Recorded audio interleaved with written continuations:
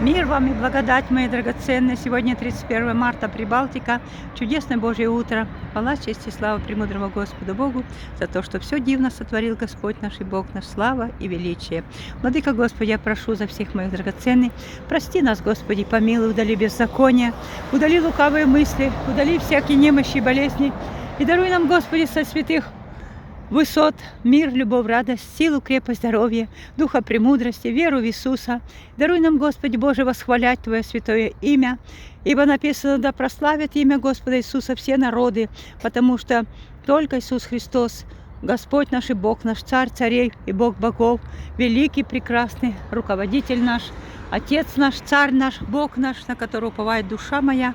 Я прошу, Боже, помоги моим всем драгоценным, чтобы они уповали на Тебя, чтобы они все взывали к Тебе, чтобы они все просили у Тебя, потому что только Ты все и для всех, Господь, дорогой Иисус. Низкий поклон, слава и величие. Слава, хвала и величие, слава в веках и народах. Милость Твоя безгранична, слава Тебе во все роды, слава Тебе и величие, слава в веках и народах. Милость Твоя безгранична, слава Тебе во все роды.